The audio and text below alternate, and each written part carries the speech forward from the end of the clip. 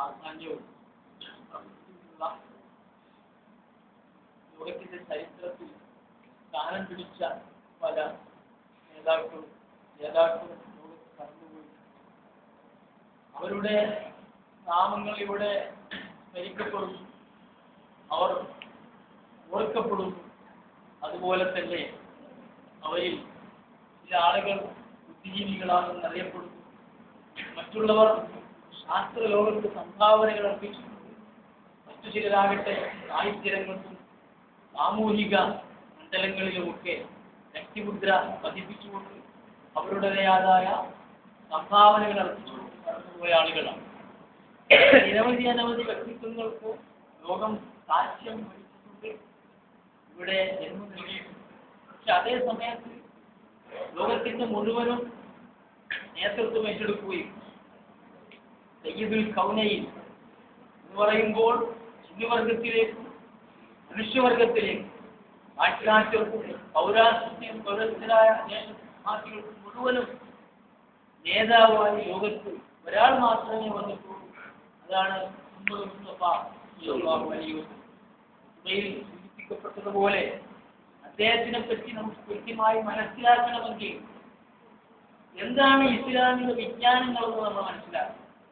വളരെയധികം വിജ്ഞാനത്തിന് പ്രാധാന്യം കൊടുക്കുന്ന, വൈജ്ഞാനികമായ വിസ്ഫോടനങ്ങൾ നടക്കുന്ന IT യുഗത്തിലാണ് നമ്മളൊക്കെ. അതേ സമയത്ത് നമ്മളിൽ ഇരിക്കുന്ന അല്ലെങ്കിൽ എന്നെ പോലെയുള്ള ആളുകളോട് തന്നെ നമസ്കാരത്തിന്റെ ഷർത്ത് എത്രമാണെന്ന് ചോദിച്ചാൽ മറ്റൊരാളോട്, ഒരു പള്ളിയിലെ ഉസ്താദിനോട് ചോദിക്കേണ്ട അവസ്ഥയും നമ്മളത് പറ്റി.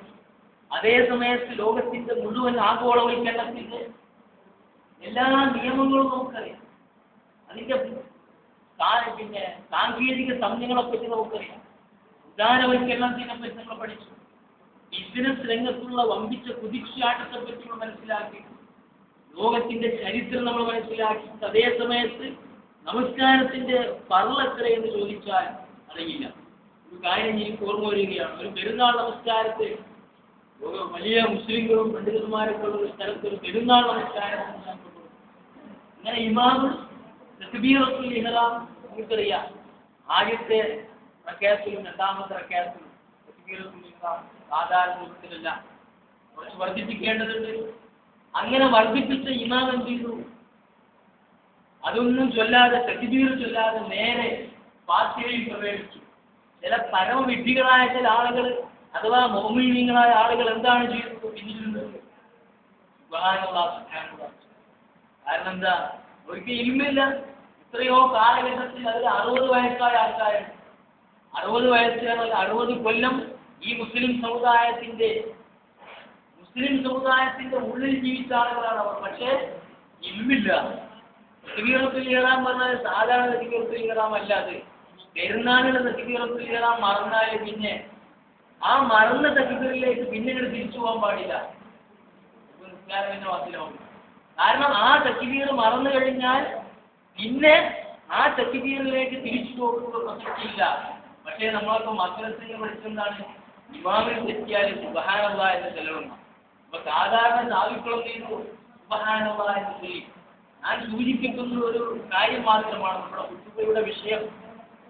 ആ വിഷയം കൂടി പറയണമെന്ന ബാധ്യതയുള്ളവർക്ക് ഞാൻ പറഞ്ഞതാണ്. എന്ന് വെച്ചാൽ വിജ്ഞാനത്തിന്റെ കാര്യത്തിൽ നമ്മൾ ലോകത്തിലെ മുഴുവൻ വിജ്ഞാനങ്ങളും കൈപ്പിടിയിലൊതുക്കിയപ്പോൾ നമ്മളെ ദീനുൽ ഇസ്ലാമിന്റെ നമ്മൾ അനിവാര്യമായി മനസ്സിലാക്കേണ്ട പല കാര്യങ്ങളെ പറ്റി നമ്മളിൽ പല ആളുകൾക്കും അറിയില്ല.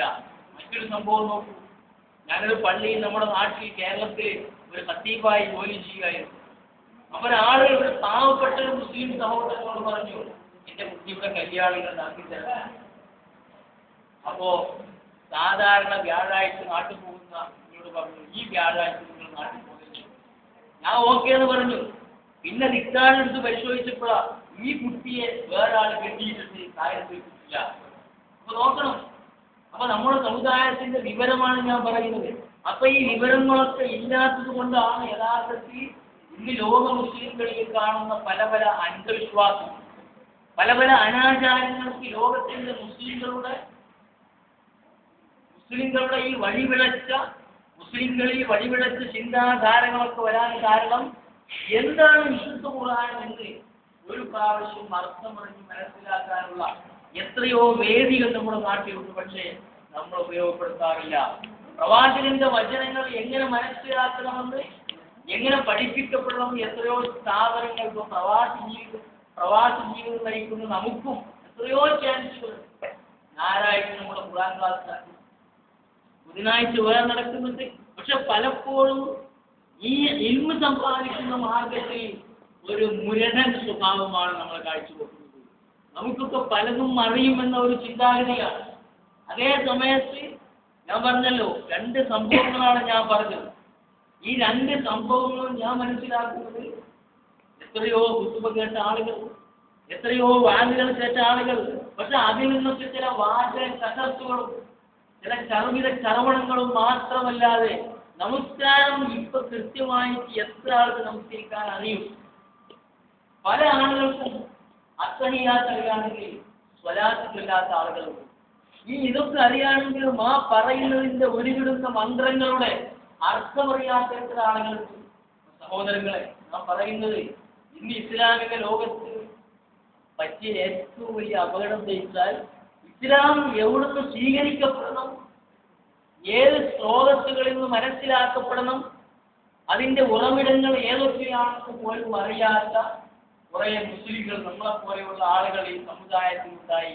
അപ്പോൾ തീവ്രവാദം കടന്നു വരാൻ കാരണമതായിരുന്നു, ഭീകരവാദം കടന്നു വരാൻ കാരണമതായിരുന്നു. ഖുർആനിൽ നിന്നും സുന്നത്തിൽ നിന്നും മനസ്സിലാക്കപ്പെടുന്ന ആധികാരികമായ ശബ്ദം നമുക്കില്ലാതെ പോയി. ഞാൻ ഓതി വെച്ച സൂറത്ത് തൗബയിലെ 128-ാമത്തെ വചനം വളരെ സാന്ദർഭികമായി പ്രസക്തിയുണ്ട് എന്ന് മനസ്സിലാക്കിയതുകൊണ്ട് വിശദീകരിക്കുകയാണ്. അതിന്റെ ഒരു മുഖവുര എന്ന നിലയ്ക്ക് ഇന്നൂടെ പറഞ്ഞ വിഷയത്തിന്റെ ട്രാൻസ്ലേഷനാണ് ഞാൻ സൂചിപ്പിച്ചത്. സഹോദരങ്ങളെ, ഞാൻ സൂചിപ്പിച്ചുവല്ലോ, ലോകത്ത് പല പല നേതാക്കന്മാരും കഴിഞ്ഞുപോയി. പക്ഷെ ആ നേതാക്കന്മാരിൽ നിന്ന് പ്രവാചകന്മാർ എന്ന് പറഞ്ഞാൽ ഒരു പ്രത്യേകത എന്താണ്? ഒരൊറ്റ പ്രവാചകന്റെയും ജന്മദിനം ഇവിടെ ആഘോഷിക്കപ്പെടുന്നില്ല. ഒരൊറ്റ പ്രവാചകനും ചിത്രങ്ങളില്ല, ഒരൊറ്റ പ്രവാചകനും ഫോട്ടോകളില്ല, ഒരൊറ്റ പ്രവാചകനും മഖ്ബറകളില്ല. പക്ഷേ ലോകത്ത് ഏറ്റവും കൂടുതൽ സ്മരിക്കപ്പെടുന്ന ആളുകൾ പ്രവാചകന്മാർ. ഞാൻ സൂചിപ്പിക്കുന്നത് മുഹമ്മദ് മുസ്തഫ സ്വല്ലല്ലാഹു അലൈഹി വസല്ലമയുടെ ജീവിതത്തിന്റെ അദ്ദേഹം കാഴ്ചവെച്ച അടുക്കളക്കാര്യം തൊട്ട് അന്താരാഷ്ട്ര കാര്യം വരെ, അദ്ദേഹം മുൻകൊടുക്കു മുതൽ മൂത്രമൊഴിക്കുന്നത് വരെ എല്ലാ കാര്യങ്ങളും കൃത്യമായി രേഖപ്പെടുത്തപ്പെട്ട അദ്ദേഹത്തിന്റെ ജീവിതം ഒരു പുസ്തകം പോലെ തുറന്നു വെക്കപ്പെട്ടിരിക്കുന്നു നമ്മുടെ മുമ്പിൽ. ആയിരക്കണക്കിന് ഹദീസുകളിലൂടെ, വിശുദ്ധ ഖുർആനിന്റെ വചനങ്ങളിലൂടെ, താബീങ്ങളിലൂടെ, ഇമാമികളിലൂടെ എല്ലാം രേഖപ്പെടുത്തപ്പെട്ടിരിക്കുന്നു. അപ്പൊ അദ്ദേഹം പ്രവാചകന്മാരെ നമുക്ക് വളരെ വ്യതിരിക്തനായി, വളരെ വ്യത്യസ്തനായ വിശുദ്ധ ഖുർആൻ പ്രവാചകൻ സ്വല്ലല്ലാഹു അലൈഹി വസല്ലം അവതരിപ്പിക്കുന്നു. ആ പ്രവാചകന്റെ ധാരാളം പ്രത്യേകതകളുള്ളതായി നമുക്ക് കാണാം. കുറെ പ്രവാചകന്മാരുടെ ഞാൻ പറഞ്ഞല്ലോ, കുറെ മനുഷ്യന്മാരിവിടെ ജീവിച്ചു പോയി. പക്ഷെ ചരിത്രത്തിൽ വായിക്കപ്പെടുന്ന ആളുകൾ കുറച്ചാണ്. ആ ചരിത്രത്തിൽ വായിക്കപ്പെടുന്ന ആളുകളിൽ ഏറ്റവും പ്രസക്തിയുള്ള ഒരു നേതാവ് ആരാണെന്ന് ചോദിച്ചാൽ അത് മുഹമ്മദ് മുസ്തഫ സ്വല്ലല്ലാഹു അലൈഹി വസല്ലം. ഒന്നാമത്തെ കാരണം അദ്ദേഹം അഷ്റഫുൽ ഖൽഖാണ്. നിരവധി അനവധി വ്യക്തിത്വങ്ങൾ കടന്നുപോയിട്ട് അവരുടെ പാദമുദ്രകൾ പതിച്ചിട്ടും ഇവിടെ ഈ രാജ്യത്തോടെ ചരിത്ര പുസ്തകങ്ങളിൽ ഇടം നൽകിയിട്ടും പക്ഷെ നബി സല്ലല്ലാഹു അലൈഹി വസല്ലമയെ പോലെയുള്ള പ്രാധാന്യമുള്ള ഒരു വ്യക്തി. മറ്റൊന്ന്, അദ്ദേഹത്തിന്റെ വരവും അദ്ദേഹത്തിന്റെ ആഗമനവും അദ്ദേഹം ഇവിടെ ജനിക്കുമെന്നും ഒക്കെ പൂർവ്വകാല വേദഗ്രന്ഥങ്ങളിൽ രേഖപ്പെടുത്തപ്പെട്ടു. നമ്മളൊക്കെ ഇവിടെ ജനിച്ചു, ആളുകളിവിടെ ജനിച്ചു, അരിസ്റ്റോട്ടിലും സോക്രട്ടീസും നേതാക്കന്മാരും മറ്റുള്ളവരെ ആളുകളൊക്കെ ജനിച്ചു. പക്ഷേ അവരുടെ വരവൊന്നും അദ്ദേഹം വരും, ഇങ്ങനെ ഒരാൾ വരുമെന്ന് ഒരു പ്രവചനം നടത്തപ്പെട്ടിട്ടില്ല. ആ പ്രവചനം ഉയർന്ന ചരിത്രവുമില്ല. പക്ഷേ ചരിത്രം ഇതാണ് സഹോദരങ്ങളെ. അദ്ദേഹം വരുമെന്ന് വിശുദ്ധ ഖുർആൻ പറയുന്നു. അല്ലദീന യത്തബിഊന റസൂലൻ നബിയ്യൽ ഉമ്മിയല്ലദീ യജിദൂനഹു മക്തൂബൻ ഇൻദഹും ഫി തൗറാത്തി വൽ ഇൻജീൽ യഅ്മുറുഹും ബിൽ മഅറൂഫ് വയൻഹാഹും അനിൽ മുൻകർ വയുഹല്ലു അലൈഹിം അത്തയ്യിബാത്ത് വയുഹദിമു അലൈഹിം അൽ ഖബായിസ്.